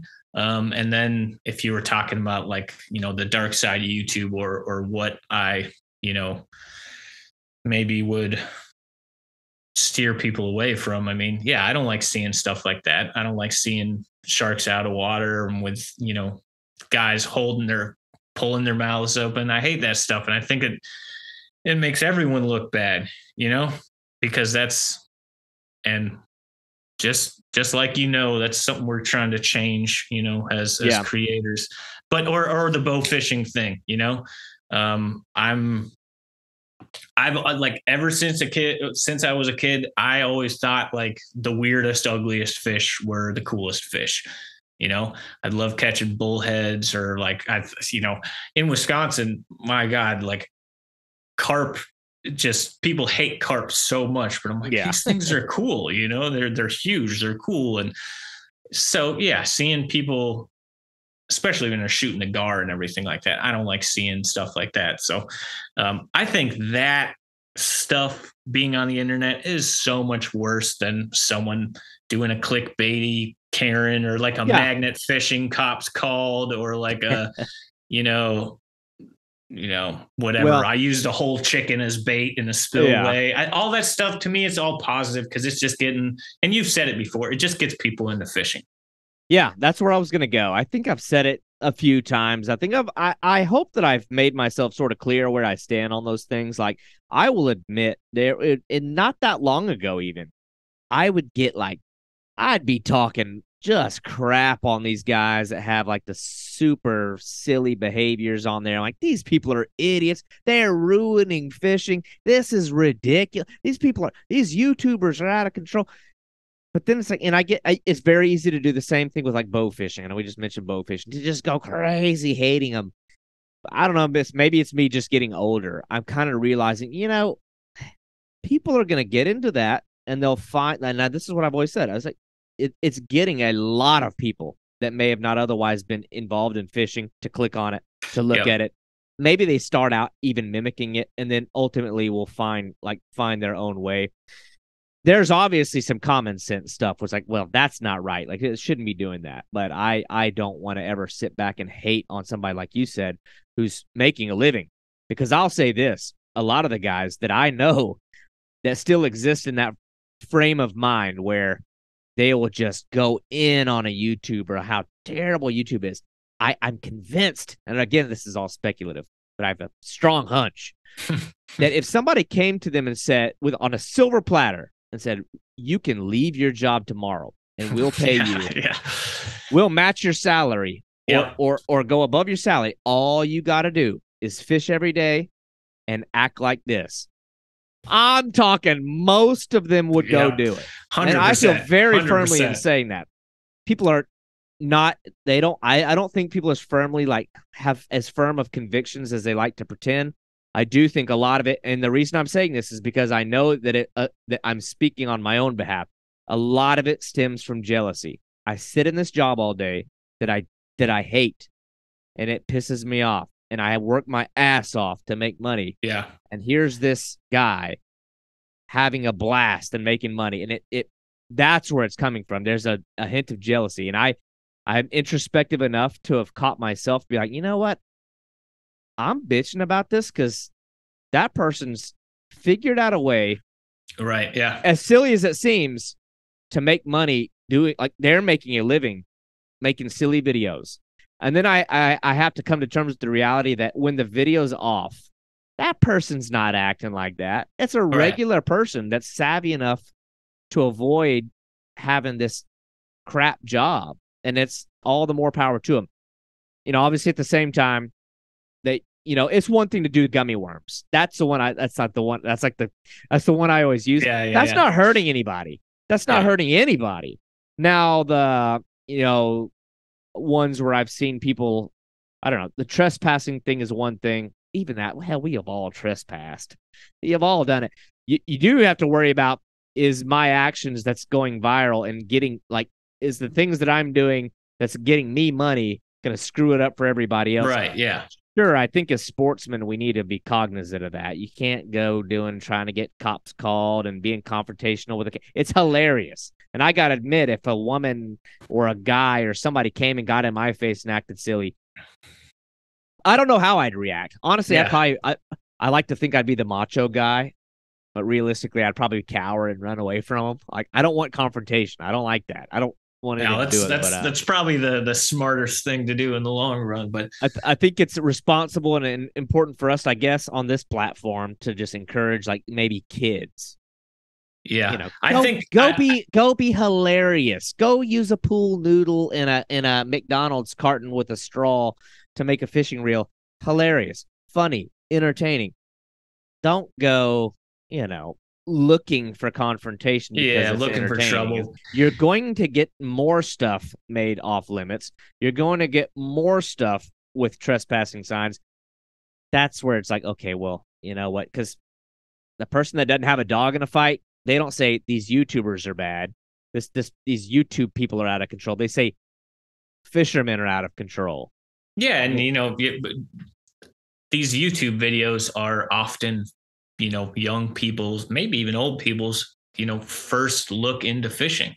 Mm-hmm. So it does leave an impression. Now there's a billion YouTube channels and content creators, and I don't think we need to hold ourselves the same way as we're pro athletes or something like that. Right. Yeah. There's, if you do it right and, you're a good guy, maybe like you, or maybe like me, that you should definitely view things through that lens. Yeah, I mean, I have, my nephews, they're like, I live for these little guys, and they watch all my YouTube videos, and they see these things and want to do the things I do. So I see that firsthand, and I'm like, yeah, I don't want to, I would never want to put something out there that I thought a kid could mimic and then, have something negative come to it. But, yeah, I mean, just to kind of backtrack of the whole thing of people getting mad or jealousy. I think a lot of that does come from jealousy, or a lot of that is just reflective of, and it doesn't have to be YouTube. It can be whatever. When people are haters, a lot of times and by haters, I don't mean you're talking shit or you're just joking around. I mean, true hate. A lot of it's coming from people are just very unhappy in their lives, and whether it's jealousy or they or whatever. So it's 90% of the time, it's just that. And if you are jealous and or whatever, you're hating and you're looking at a YouTuber, a content creator, and be like, he just gets to do this gimmicky thing and make all this money. Just know that from experience, it's so hard to do. It takes so much time. It takes a huge piece of your just mind, body, and soul. And like I said, I work as a painter in my regular job, so it's super physically demanding. I'm up on lifts painting exteriors and in people's houses and on extension ladders and all this stuff. That work does not compare to prepping for this fishing trip, getting all these cameras ready, getting the shots, getting back, staying up till 4 a.m, editing. But then past that, you got to put the stuff out. You got to respond to comments. You will work harder on that, and it'll take a toll on you much more than any job you've ever had, So I think people think it's, from face value, it kind of looks maybe glamorous or easy, but and you've had other guys on here that will attest that filming fishing, we couldn't have picked a harder thing to film. It's like, if you're like you film architectural stuff. Well, that bridge isn't moving. It hasn't moved in 80 years. You just go and make sure the light's right. But we have chose to film something that is not even, we got to pull it out of the depths of an ocean or a lake or something and just hope it even bites. And that's so true. It's funny to think of it like that. Even like any other type of outdoors activity, you can sort of plan for the action to a degree. Like a hunting video. You can line up your shot and be ready. Fishing, you don't know when the bite's going to happen. No. It may not happen. You may not. So it's like you have to be filming the entire time. Yeah. So that's just funny. I think one of my favorite videos that you have, it must be one of your shorts. It's funny. It's random. It's like a spinner shark or a black tip or something jumps behind you on your. I think it is your video, right? In a kayak, yeah. You're in a. It is just this giant shark jumping behind you, but it's like if you weren't aware to be recording at all times from all angles, you may have missed that. It's just like, it's just so funny. But no, that's one of my favorite clips, and I mean that's a clip from a part of a full length video where I caught my first Jack Crevalle. This is in the Florida Keys, right by 7 Mile Bridge. It was actually right under the old abandoned railroad bridge, right by Bahia Honda State Park. Okay, I fished there. Yeah, that's where I launched my kayak from, anyways. But yeah, if I didn't have that thing rolling, when that happened, I don't know, maybe people have seen the video or maybe they haven't, but I just heard a big splash and it scared I was about to say, did you even me. know what it was, or did you have to go back and look at the camera to see? Yeah, I did not know what that was. And I didn't even see the footage until I got all the way back to North Carolina, the 10 hours of driving later, probably, days later. And I was just like, what the hell was that splash? I kind of, at the time, the weather had already turned. I caught a really nice jack. It was an awesome day, but it started blowing and raining. And I was heading back. I was like, no, it's, this is also my first kayak. I'm more of a canoe guy. So this is my first kayak that I have gone fishing in. And, in the Keys, it's still the ocean. You can get some big swells and stuff out there. So it was like getting a little weird. I'm like, I just got to go home. And I started heading. And of course, just like bonehead fishermen we all are, I was like, just give me one more cast. And I heard that huge blow up behind me. Yeah, it was a spinner. Well, it could be a black tip or a spinner. There's no way you're going to tell from that video of this shark doing a 180 or a 1080. He spins around 4 full times, I think. And yeah, I just heard that splash. I was like, I got to get out of here. That's a wrap right there. So, but yeah, that was a cool experience. I can't wait to get back there again. I'm coming to Florida I'll be there in all of November and December. So I'm cool. Okay. really hoping I can convince you to put me on a land-based Goliath. We can definitely try. It's not hard. At least it doesn't require a great deal. I guess some people could say it requires. You're dropping meat in the water, so it's like one of those things where it's just like it's just a it's just a gamble. You don't have to work super hard. You go out there, you drop the bait, and you hope for the best. But yeah, when you come, just let me know so I can be ready. A lot of people, I get a lot of people that'll come. They're like, "Hey, just so you know, I'll be there in like 3 days." Yeah, Like, exactly. I can't do it, man. I got a full-time job. I got my You got a kids. My family. kids have activities. Like I'm at that stage where like I have to plan like months in advance to get to make these things happen. But it's like I always want to meet up with like-minded people, but I end up being this loner out here doing this completely alone. But yeah, man, this YouTube. I know we're getting a little short on my time anyway, but I think about the YouTube thing, and it is something I'll tell you, if had I not had all of my camera stuff stolen on a I say stolen, it's really I should own up to my irresponsibility. Yeah, you're telling me about that. On a previous trip, I'd left my camera bag on an airplane seat, and shame on me for thinking. I guess presumably the people that clean the plane. I don't know. I came back and it's gone. Never saw it again. So lost it, and I have not wanted to replenish it. My GoPros, I had my other nicer camera, all of it gone. But it is something I want to get into. And it's like anything else. I think for anybody listening that's thinking about it, man, it's just got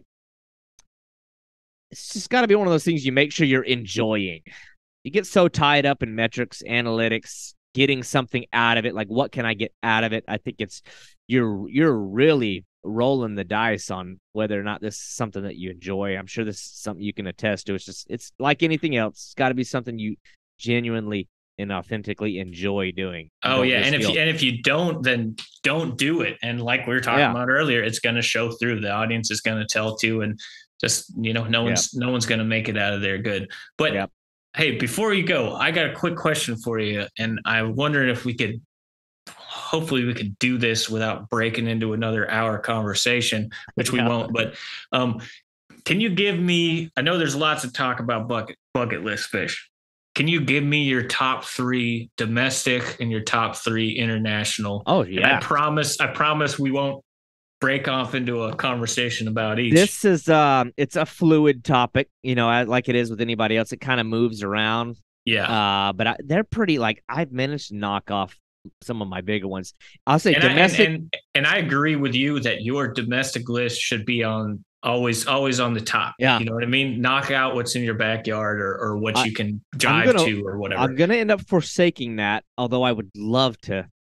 I mean, I'm already in on the South America thing, but domestically for me now that I think it would have been alligator gar, like white sturgeon, and it's sort of interchangeable below that. So I've knocked off those ones. As of now though, top 3 would probably be number 1, muskie. That's because I feel like I can do that one. Like it's not out of the realm of control. I got a lot of connections. It's a fascinating fish. It's an awesome fish. So I'd say muskie. Everything below muskie is probably interchangeable. Maybe like a king salmon. Yeah. Because you've knocked off a lot of the big boys for sure. So you're getting into some interesting stuff. I've always been a big fish guy, and you're a rough fish guy too. So you got a lot of the funky ones off the list as well. So probably muskie, king salmon, and then after that, I don't know. I've been on this real. Well, let's talk about saltwater fish, I guess. Then don't forget about the salt. I've been on a big thing on these paddlefish lately. It's like, I go back and forth with the snagging thing, but I feel like I'm getting a little bit behind it because I just want to hold the fish. Yeah. It's like I want to encounter that one. So that one's probably in there. Saltwater wise, I've caught tarpon. I've never caught a big tarpon. But my thing is, and I've mentioned this in other podcasts, I have these self-imposed, like it has to happen this way. I do not want to go catch a tarpon from Boca Grande Pass. Right, yeah. Drifting crabs. It's just not, I don't want to do that. I want to catch one like land-based or from like a river. I'm really interested in these river tarpon here, way up like in the black water. Mm-hmm. I'm like very interested in that one. And then like some ones that where maybe I just happen to get lucky with something like a sawfish. That's like a dream on a global scale. That's probably like, even internationally. That's, you can't really target them, but it's like one of those ones I just sort of hope will happen. So I hope that answers domestically. Internationally, man, that list is long. Number one is Arapaima. That's like the one for me. Everything below that sort of starts changing out. Because I think of things that are like I would really like to catch, and then I think of ones that I know I would really like to catch and is realistic. Like I'd really love to do those Goliath tiger fish, but I just know that the options just are so limited. So I put that one further down just because of that. Second to a lot of it has to do with what I feel like I could do like on my own, like without having to get a guide. So I think a big one would be like a Wels catfish, because you can do that in a European country where, you can navigate around without getting lost because of a language barrier. So that'd probably be a second one. And then third, a big one for me lately has been these Nile perch. Mm-hmm. I don't know. I'm like real into Nile perch. I can't get around on my own doing that, but it's just something about that fish is interesting to me. But again,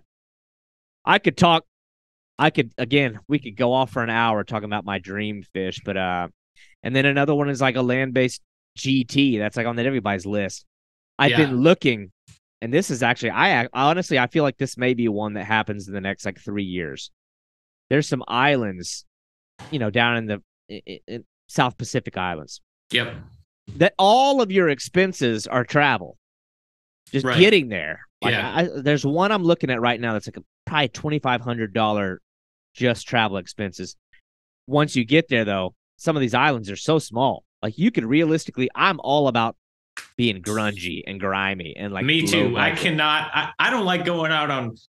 I will not go out on a deep sea charter. I will not go out on a troll. No. I won't go out on any charter. I would go out on with a friend who's a charter or something like that. But I can't do it. I can't go to the resort. I gotta go. Oh, that's a big one for me too. It's like, man, like actually I would rather not go at all because I want to go and just be immersed in the culture and just rough it and all that stuff. But I think it's like you, because I do it to a fault, and I'll just go somewhere and not get the thing done where it's like I could use a little bit of help.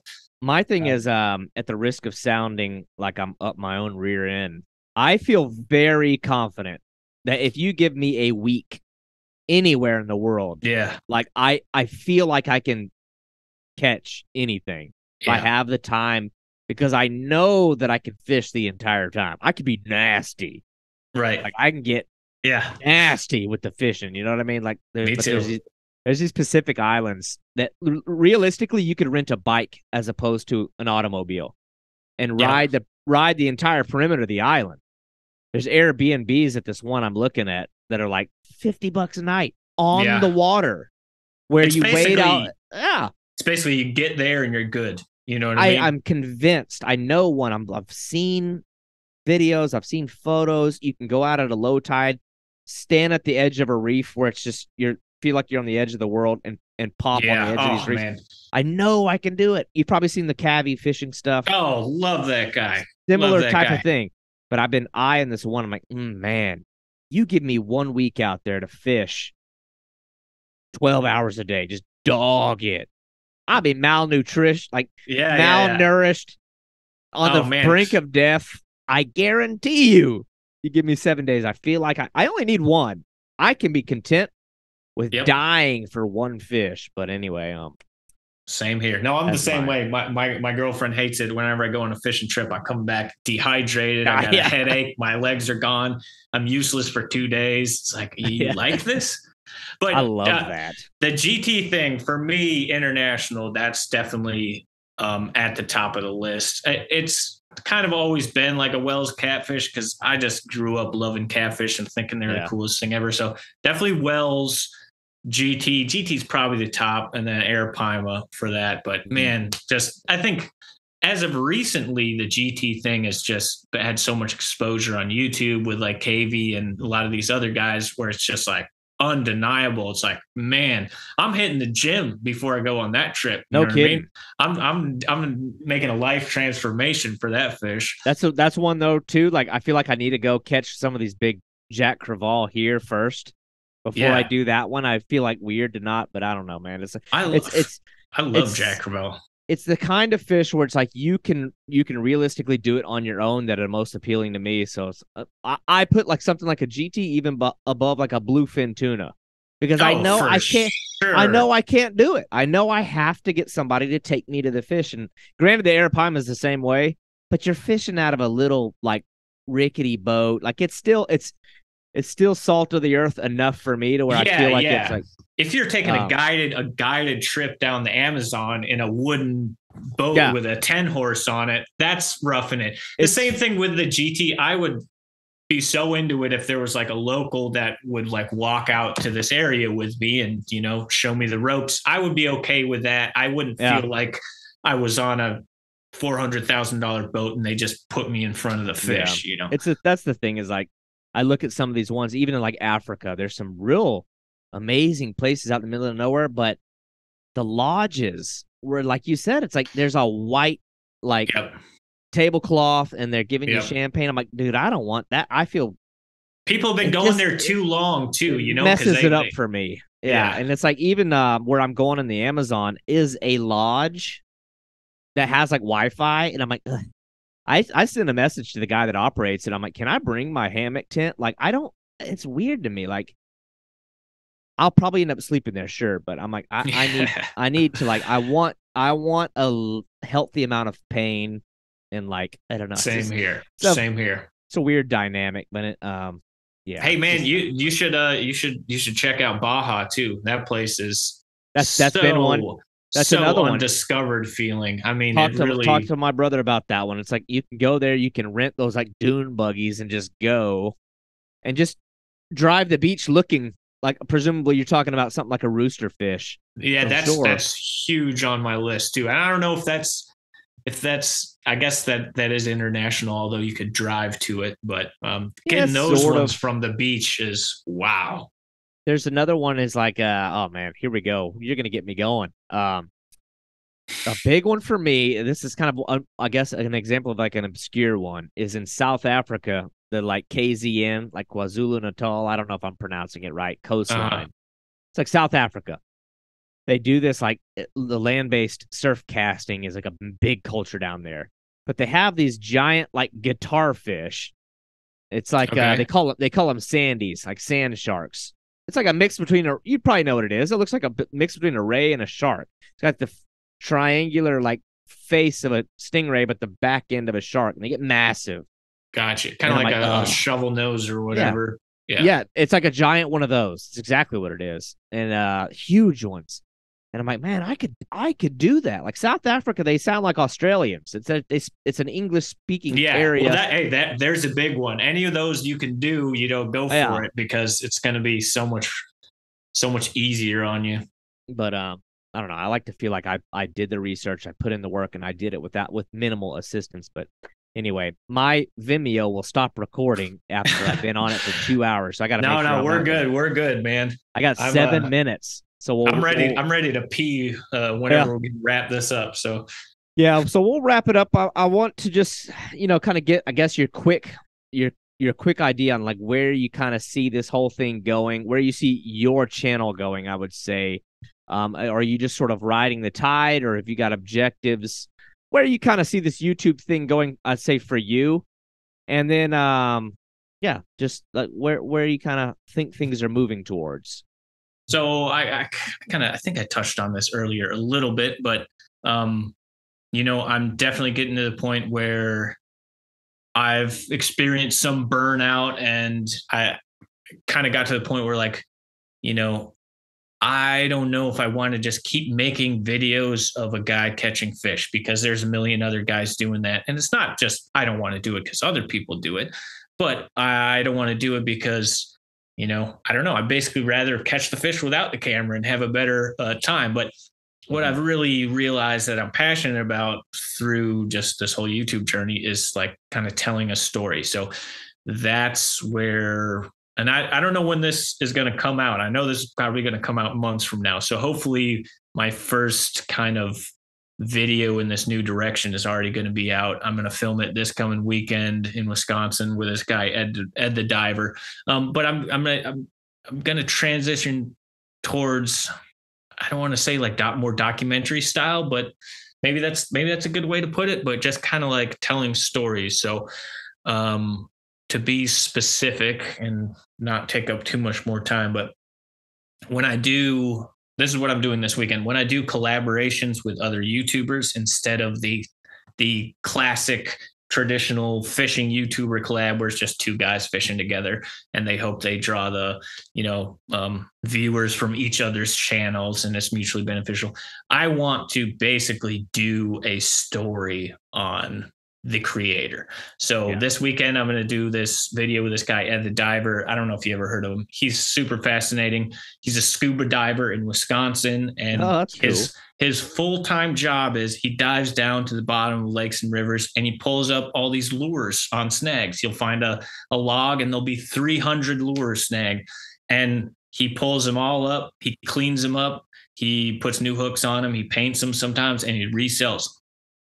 And that's his whole thing. It's so cool. It's a job this guy invented himself, and it's literally like full-time paying the bills for him. And then there's also like a cool like environmental aspect of it because he picks up all the trash when he's down there. And so it's going to be like kind of like a story on him. And I'm hoping it can be just more fast paced and more engaging for the viewers. But also my hopes is like, what's a better way to get another creator's audience to join your kind of your whole deal than to do a short documentary on the guy they're already a fan of. That's one example, and there'll be some more. I want to do some more stuff that's maybe explores species and is a little more educational, and I got some other ideas in the works, so hopefully you can just see them coming up in the future. And no, that sounds awesome. That's actually got a lot of my interest. That's a little more geared that way. I don't mind being entertained. I like being entertained, but it's like I need a story. And I think a lot of that, like I alluded to, for my own personal fishing trips, I need difficulty. And I want to watch somebody else go through some crap.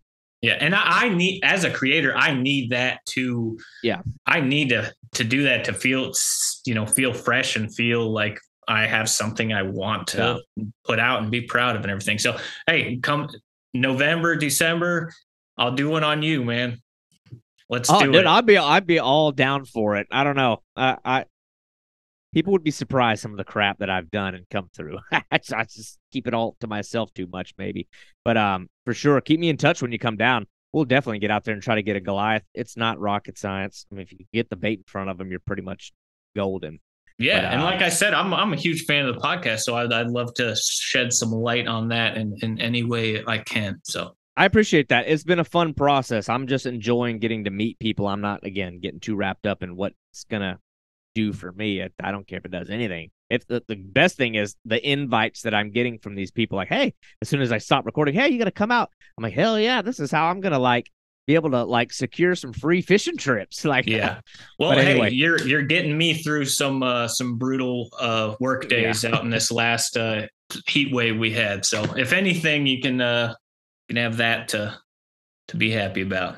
Oh, for sure. Well, any little bit that I can help, because I know how that goes. But anyway, man. So just I always end it sort of the same way. Just sort of remind people where they can find your YouTube channel, Instagram, whatever. How they can find you.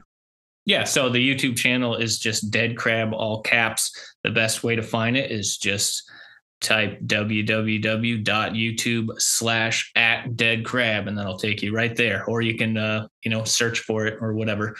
And hopefully you can link it in here as well. And then my Instagram, which is a lot newer than the YouTube channel, which is still pretty new as well, is Deadcrab_fishing.